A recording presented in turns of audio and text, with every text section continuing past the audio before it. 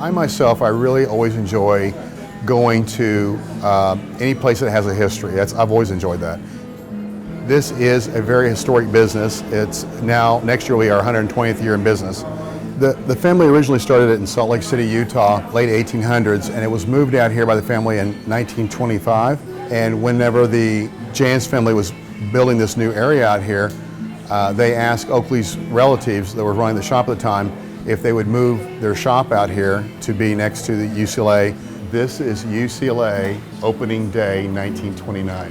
Oakley told me that when they opened, he said his family was very nervous.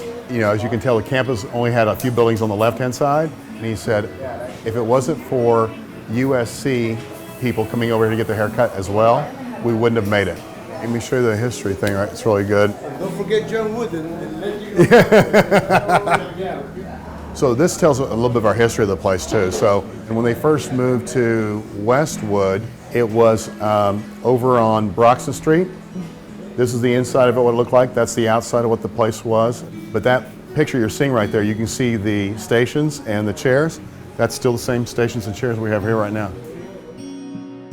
There's all kinds of stuff in here. Oakley said every time he had one of his barbers retire, they'd hang up their strap. So they'd turn over their strap when they retired, and he kept them all. So I put them all in the bottom of the case. It shows you.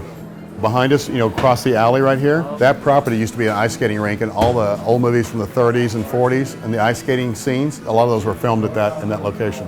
UCLA one year actually had snow. That's from 32.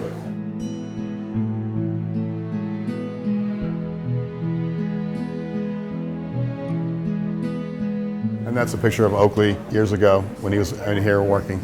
Oakley had a student who was an art student that made this for him.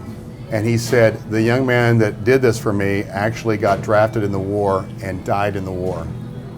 So this meant a lot to him. There used to be a hair place across the street, and I worked there originally for like a few months, and I just wanted to work on just the weekends for my clients that I already established. And that place didn't take appointments, so I come over and talk to Oakley, and he hated that place because I was undercutting his prices. So he said, yeah, come on over, and I have been here ever since. And then when he passed away, I took over the business. I have one of my clients that every time he comes to get his haircut, he pays me for the haircut, and then he gives me extra money. He said, this is for the hair museum. I really love it. You can always create experiences, which is what the Grove and all those things are, but you can never take away from something that is a genuine historic experience.